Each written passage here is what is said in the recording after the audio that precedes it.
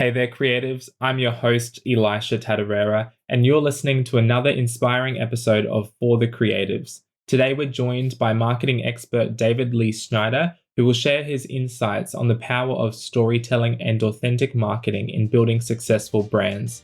From his humble beginnings with HTML coding to helping clients around the world connect with their audience and building his own businesses, you won't want to miss this captivating conversation. So wherever you are, I hope you enjoy this episode. Welcome, David Lee Schneider, to the For the Creatives podcast. Thanks for having me. Great to be here. So this is our second time recording this episode because I had a bit of a breakdown the first time we recorded it. So round two, let's try this again.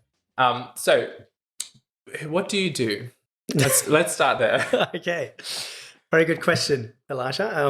And every day I have people asking me, obviously, like, what do you do for a living? And when I say marketing, it's a challenge for people to understand because marketing means something different for everyone, right? Yeah. There's so many different fields of marketing, whether it's web design and social media management or advertising in itself is a whole big industry. There's SEO, all that stuff, content creation. And really what I'm trying to do is to bring it all together and show business owners how they can connect the dots and make sense of the digital world and build a foundation that's really using a lot of automation tools. Yeah. So it frees them up from having to manage their marketing themselves and they can really focus on running their business. Yeah, that's great.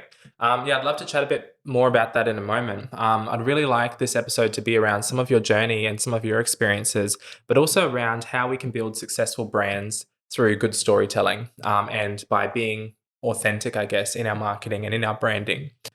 So marketing can get a really bad rep these days. I think the everyday consumer sometimes sees marketing as, these big businesses or these big companies that are just trying to steal their privacy and steal their data. But I think marketing done well connects our solution, our business's service or product to the customer's needs in the moment and helps them actually solve a problem. So how do you define marketing? It's a big question. There's a few answers, but just your own. Yeah, I think as business owners, we know so much about our product and service, and we're really aware of all the benefits, and all the things that set us apart from the competition and our why we started what we do.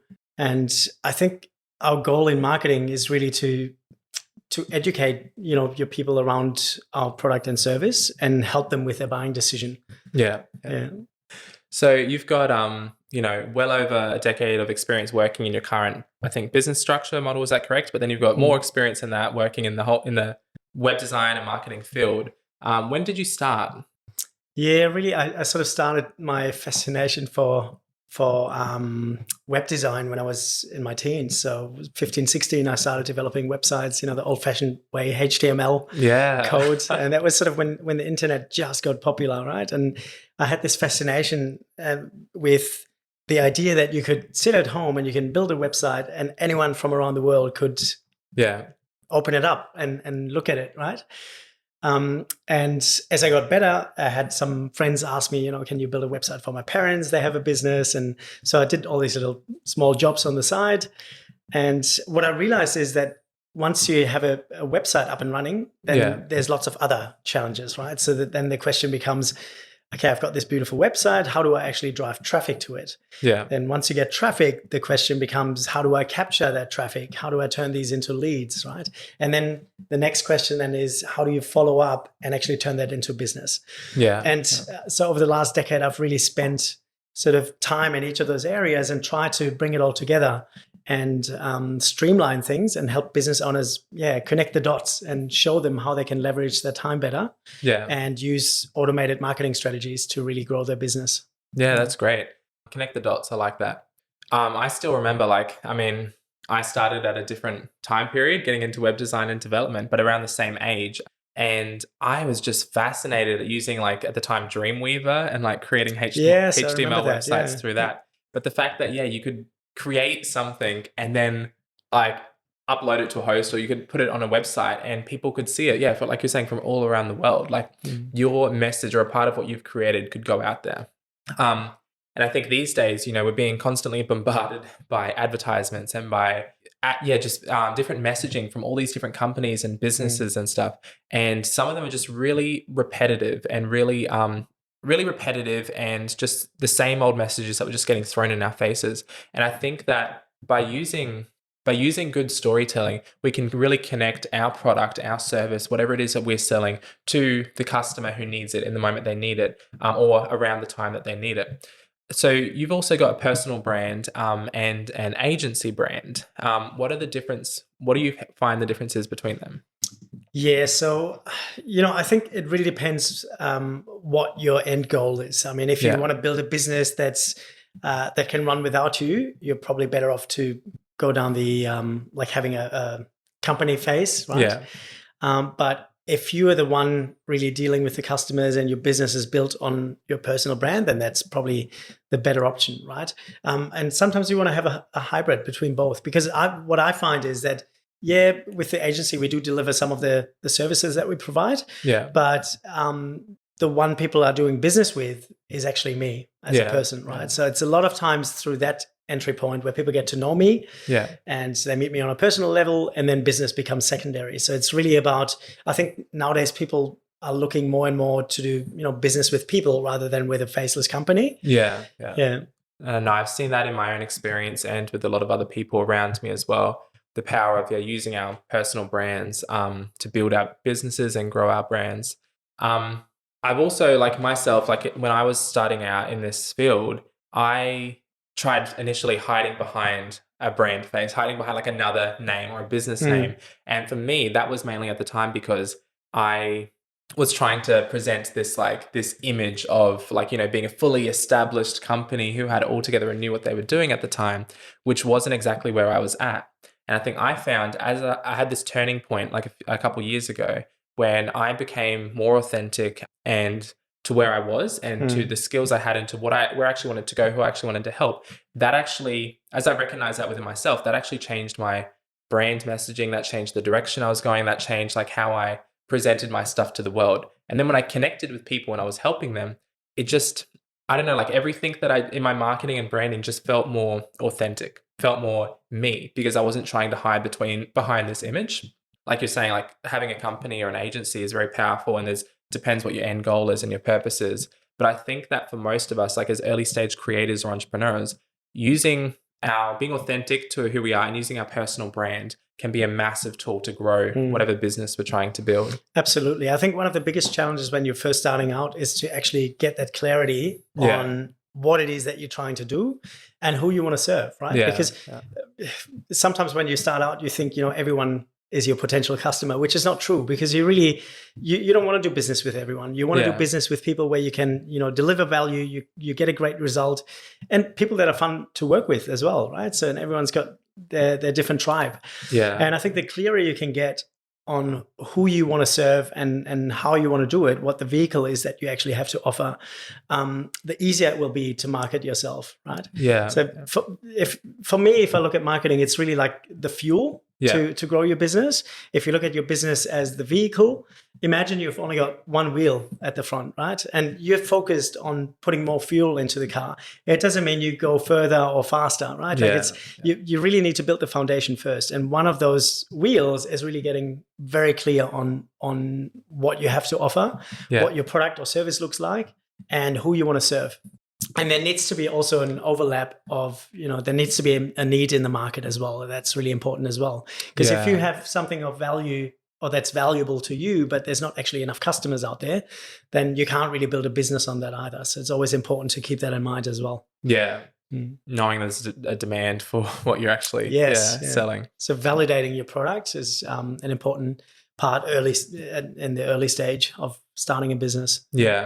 Which sometimes starting out, especially if you're really passionate about an idea or a service or something that you're offering, it can be a bit hard because, you're like, oh, like you've experienced a problem, or, a few other people have experienced this problem and need this solution or service, or you're just passionate about whatever it is that you're selling, but there's no one else out there that wants to buy it. But sometimes I've just also found that it's not that there's no one out there that wants to buy it, but you're not marketing to the right people. Like you're saying, not everyone is your customer. Yes, absolutely. So having the right, having the right branding and having the right messaging, and then you understanding how marketing works can get you in front of those potential people that actually want or need your service. So when was your main brand born? Like, at what point in time did you start going all in and building the brand that you have today? Yeah, probably it's probably 8-9 years ago when I started Fly Social Digital. So, Yeah. and I started out as a social media management company. Yeah. Because that was the time when social media was getting really popular, and more companies were actually embracing it as a marketing tool. And what I found was that a lot of business owners struggled with creating content. And so we had different packages, for posting 2 or 3 times a week, then to up 7 times a week, and creating all that content for the companies. The problem with that was, though, that it was very hard to prove that the content was actually leading to new business. Yeah. Right? So, and it becomes a very hard business decision to invest a few $100s a week or even a month if you can't really have tangible results. And that taught me a really valuable lesson. So then I kind of became a little bit obsessed with finding ways to prove that what you do was actually resulting in business, right? Yeah. But I found that the only way to really do that is if you, at each stage, you are able to measure your success. Yeah. So when you create content, it's not so much about, we often measure vanity metrics like likes and comments. Yeah. So what we really should be looking at is, how does our content how many leads does it generate, right? And then from there, it's like, how many of these leads do we end up having a conversation with, or whatever the next step is. It might be different for different businesses, but then how many of those turn into an actual customer? Yeah. So I think being able to measure at each stage of the customer journey, that's a really important aspect, because only then can you make a sound decision on whether the investment is worth it, right? Yeah. And going off of that, like, if we don't have the right branding or the right messaging, we could be putting out all the content in the world and it might be getting a bit of traction, but I guess we'll probably find that it's not turning into results. So are you able to quickly explain the difference between branding and marketing? Yes. So I think, generally speaking, if I look at branding, it's really creating an identity. It's how you want your customers to feel when they interact with your brand. Yeah. Right? It's creating certain emotions. How do you want your customers to feel when they it's not just the logo, right? It's like when they navigate your website. Yeah. When they buy your product, what's your buying experience, right? Do you have like a customer experience laid out? So it's everything that's to do with, how do you want customers to feel about your company? Yeah. Whereas marketing is, how do you reach more of the right audience? How do you tap into their interests, and how do you get their attention, and how do you help them to take the next step? Yeah. I think that's another sort of big misconception when I talk to a lot of business owners, is they think they need to go from your customers not knowing who they are to making a sale. Yeah. But that's a really big stretch, right? Like, sometimes it might not be the right timing. It might not be the right situation. Like, there's lots of reasons for them not to buy right now. And it's said that only about 3% of customers at any given time are ready to buy right then and there. But most purchases actually happen after between the 5th and the 12th touch point. Yeah. So we need to create more touch points, right? And we need to have a strategy to draw people into our world and then be able to reach out to them. And one way to do that is to build your database and have something like an email marketing strategy, for example, where you have the ability to reach out to people again and again and educate them around different parts of your business and services. Yeah, no, I love that. And like, I get a bit excited about, I guess, marketing, branding, advertising, because when it's done right, it's so powerful. And like, I'm really passionate about supporting early stage young creators or early stage creators, entrepreneurs. And if they can understand some more of these principles, like understanding a bit more about branding, a bit more about marketing, a bit more about sales, like, people in this generation and the last generation have grown up with social media, most of them. So they've grown up in this space. They're usually a native to different platforms that are out there, the first ones to use it, to adopt them, and they know how they work. And I think we're seeing that this current and my generation is quite hands-on and savvy when it does come to like branding and stuff, but understanding a bit more of the marketing skills and strategy behind that can really help them know how to build their own brands and their own businesses a lot faster. Because if they're constantly putting out the wrong messaging to the wrong people, or they're putting their whatever they're doing, they're just targeting the wrong audience, it's going to take a lot longer for them to grow. And as creators and entrepreneurs, like I think if we're clear about who we're serving, clear about what we're providing, and we know how and where to meet our audience, like we can build strong brands. But part of that, with that storytelling side of things, like one, understanding our own story, but two, understanding the story of the person, the audience, the customer that we're actually serving. I think the deeper we go in understanding those stories of our customers, the deeper we can sort of, I guess, meet them or connect with them. Does that make sense? Yeah, absolutely. I think, the better you know your customer, the better you can tell stories that they actually relate to. Yeah. And I think it's all about relating. Marketing is making it relatable, and that's how you draw people into your little world. Yeah. So you, not too long ago, lived in Bundaberg. Do we have to go there? Is that a curse word? Bundaberg is great.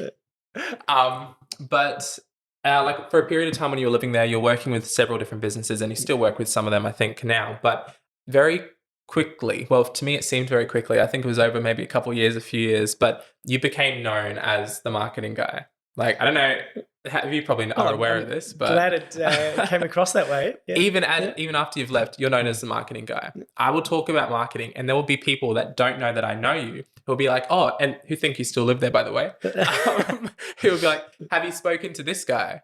Like, it comes up in conversation. Like, interesting. Yeah. I was referred to one of my amazing clients, and they started talking. I think I mentioned this to you one day, but I'm going to repeat it. So I met them at their business, and they pulled out this printed A4 page, and they're like, oh, I found these like amazing tips on like, I think social media content creation and something else.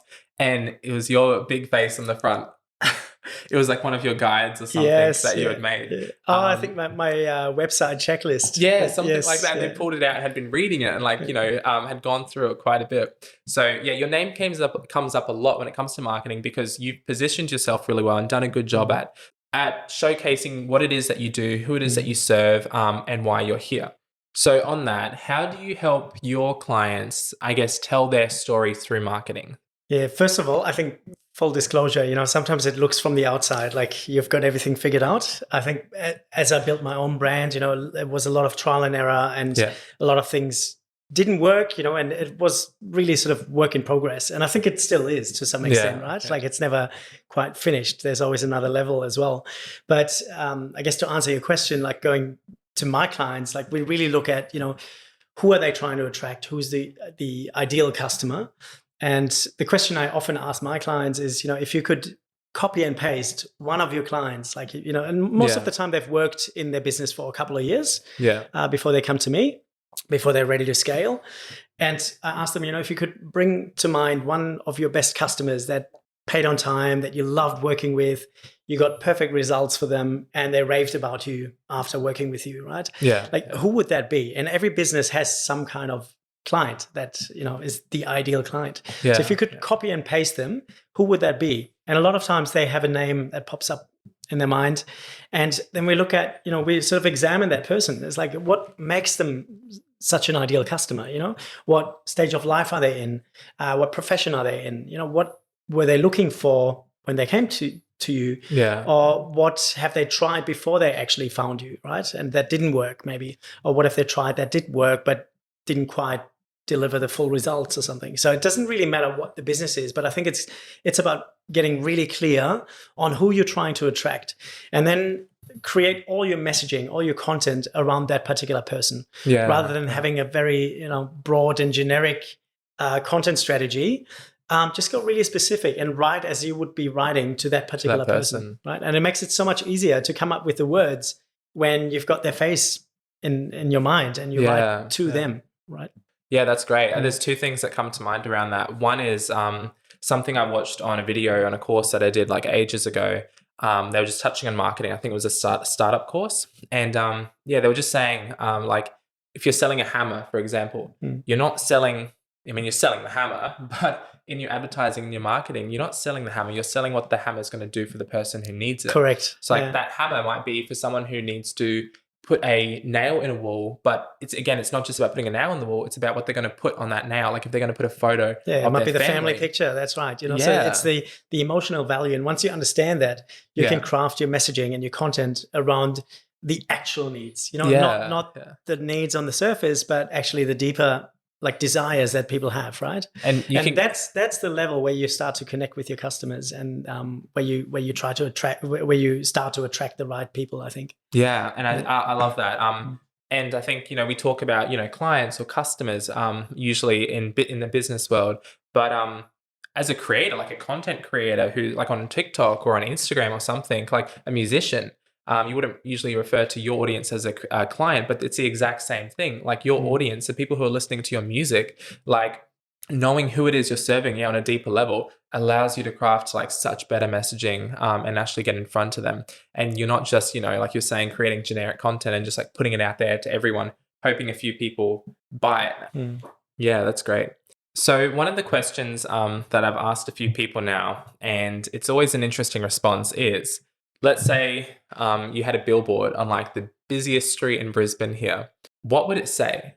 Like if you could get one message out to the world. I know we've been talking about marketing and like niching down to a specific audience, but now if you could get one message out to the most people ever, doesn't have to be business related, what would you want to say? It's probably the reason why I love what I do. Yeah. And that's to empower people to live a life they love. I think that's why I love business so much. It's really about helping people build a vehicle that allows them to do more of what they love, right? I think so many business owners that I work with, they're so passionate about their, whatever it is they deliver, about their product or service. And that's the reason why they were drawn to go into business. It's not because they wanted to do marketing or passionate about business. And a lot of times it's not even so much about the money. Of course that's important. Yeah. I think it's really important to create a business that's sustainable, but the underlying reason for people to often go into business, especially creatives and small business owners, is because they have a passion for their product or service. Yeah. And what I try and do is really just help them to make the marketing side easier, so they can spend more time, looking after their customers and doing what they love. Yeah, no, I love that. That's really good. Digging a bit deeper into that, like from what you were saying there's so many business owners who are just struggling with all the changes when it comes to like digital platforms, social media, everything. And, it's not that they're not smart enough to understand them or to learn them, but the amount of hours or time it would take for them to go, study up and research and be up to date on everything is just like, it's massive. So yeah, as a business owner, like who's not necessarily getting into business because they're passionate about that side of things, the marketing side of things, having someone come alongside them is just like, is extremely valuable. Yeah, about that, the ever-changing landscape, right? I mean, a lot of agencies, they want you to believe that, you always have to keep up with the latest trends and with the latest shiny objects out there. But I actually have a very different mindset about that. I think if you look at marketing at the core, it hasn't really changed in the last 100 years.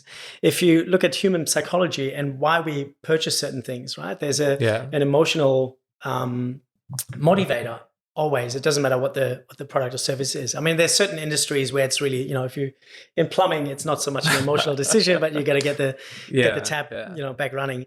But for most businesses, there's always an emotional motivator, and it's really understanding the human psychology, what is it that drives people, and then telling stories around that. Like if you look at, the way marketing was done 50, 60 years ago, they printed an article in a newspaper, and it was very informative about a certain product, how it can make your life better, what the results are that you can expect. And then at the bottom of the article, there would be like a little coupon that you could fill out to get a sample of that particular product or something like that, right?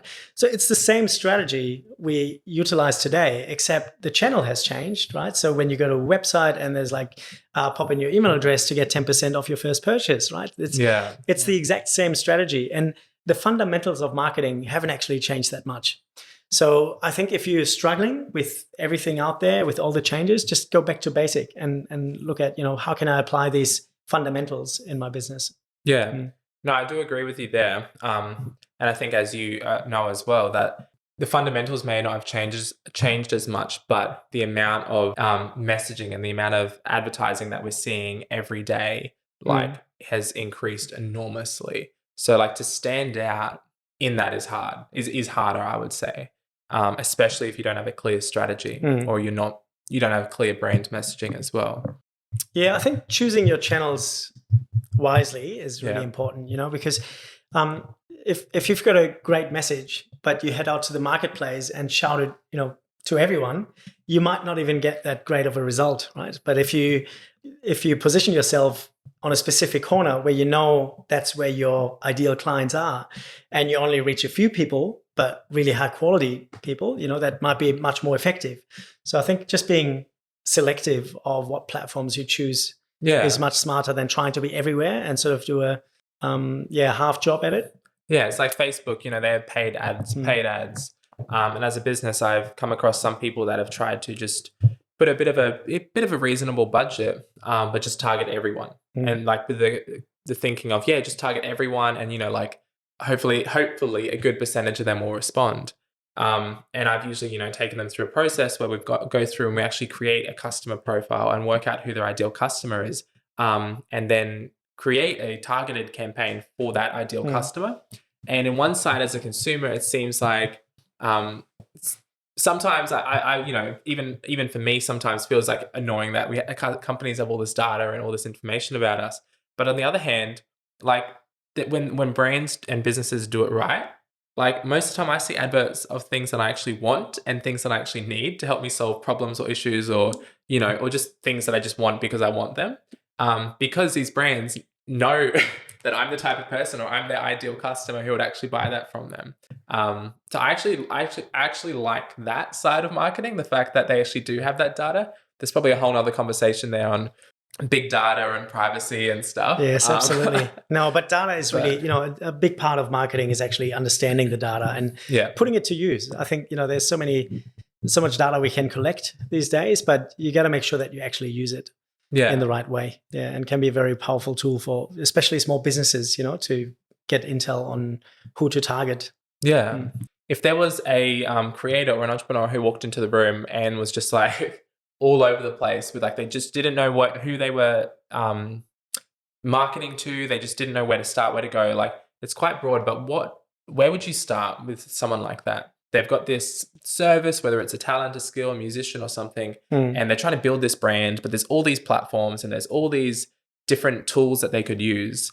Like, I think before you start and invest a lot of time and budget into any kind of marketing, you really need to validate your product, right? You need to make sure that there's actually a market. And I think the best way to do that is to just go out in the real world and get customer feedback and ask people that or that know you, if they would buy your product, and make a few sales that way. And just validate it.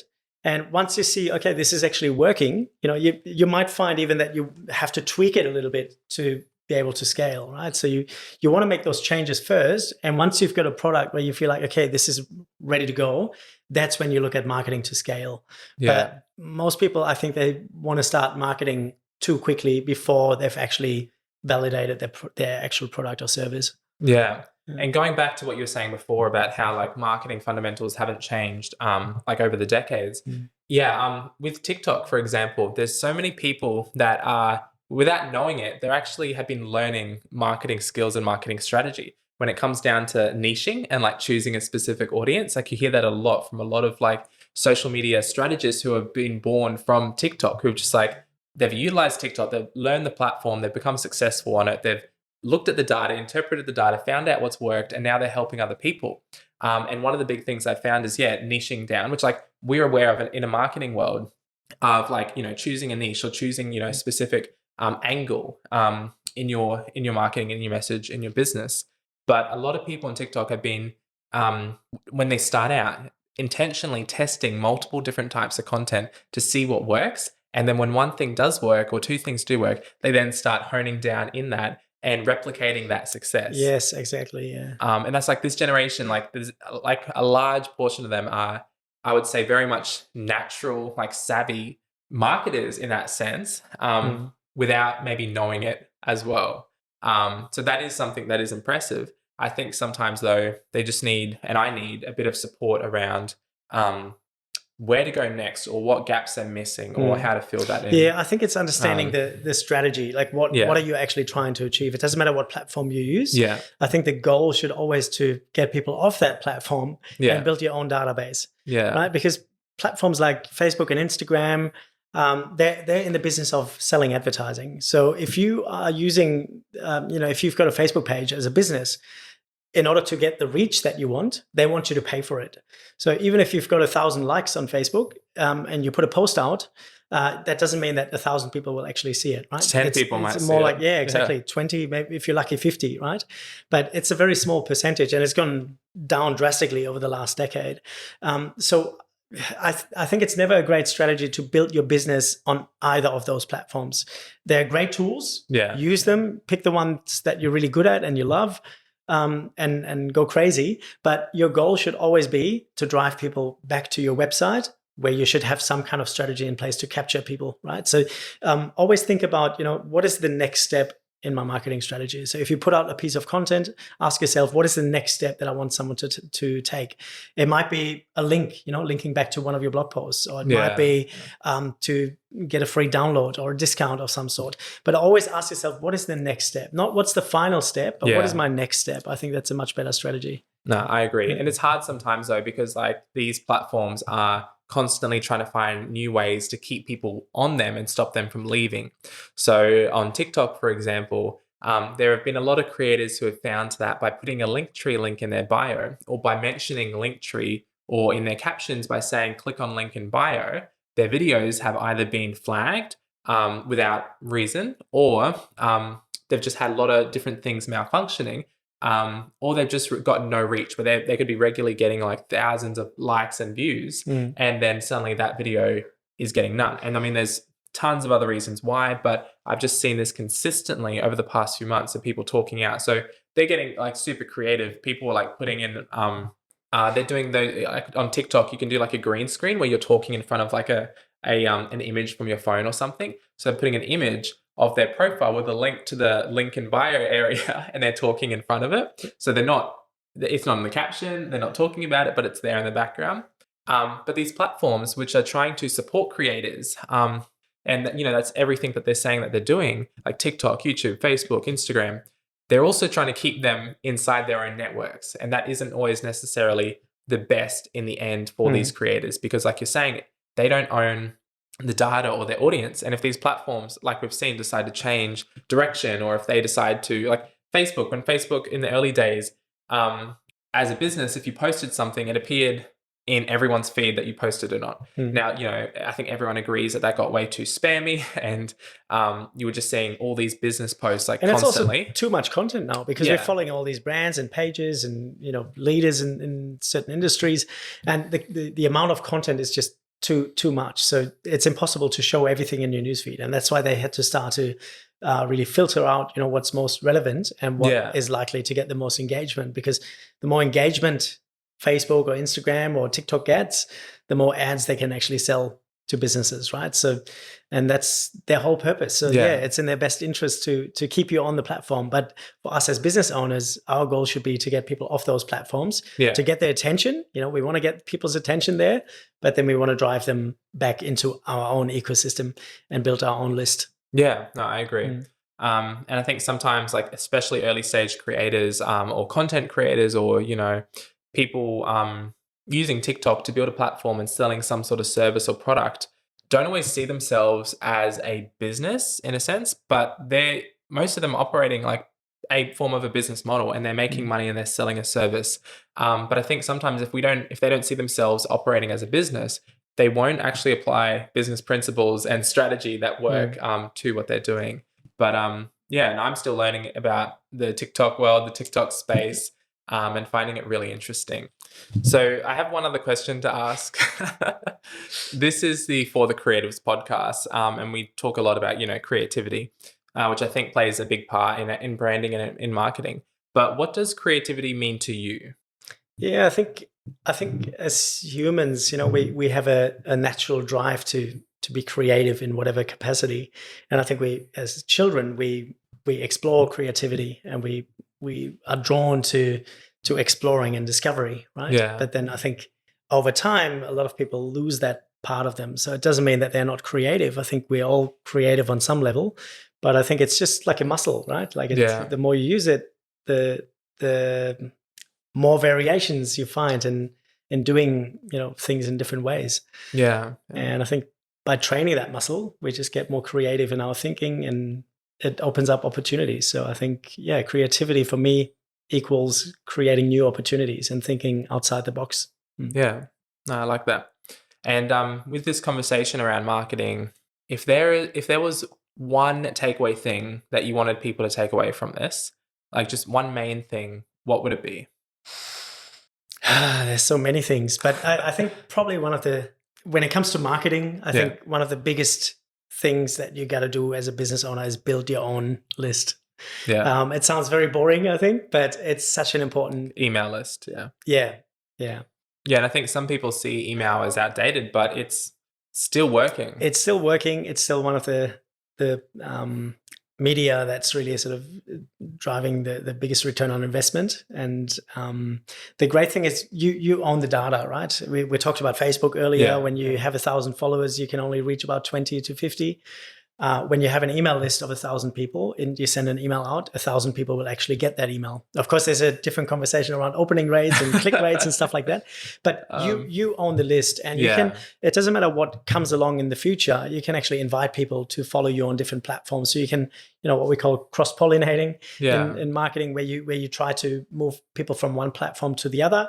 Yeah. And email is still a fantastic tool because it's not intrusive. And when people sign up for a certain product or service, they usually expect, to get some kind of communication from you.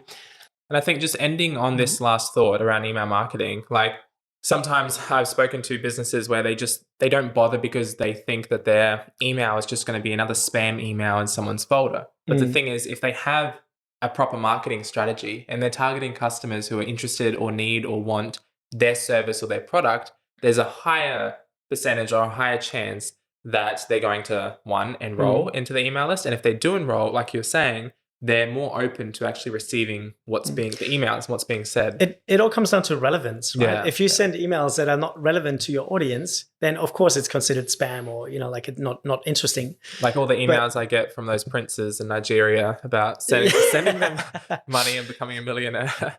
But if we, as a business, we can actually really understand what our customers need, our audience wants, and give them that. So rather than sending a newsletter that's all about what's been happening in your business, make it about them and say, here's some tips how you can, improve X or whatever. So, but really make it about your audience. Yeah. And the more relevant your emails are, the more people are going to respond to it. No, I love that. That's great. Well, thanks for coming on and having a bit of a marketing crash course for having me. This episode. If people do want to find more about you or follow you, what is the best platform? Or if they want to join your email list, where do they go? You can go to my website, davidleeschneider.com. You can also just Google David Marketing Brisbane. You'll find me. Nice, of course. Yep. And or find me on Facebook, LinkedIn, Instagram, wherever. Awesome. And we'll put your link in the bio as well. Awesome. Thank you, Elisha. It was great to be here. Thanks for coming on. And that's a wrap. A big thank you to our guest, David Lee Schneider, for sharing his expertise and having a conversation about storytelling and marketing. I hope you're feeling inspired to elevate your brand, connect with your audience, or, try out a few different marketing strategies. I'm your host, Elisha Taderera. Until next time, stay creative and keep making your mark on the world.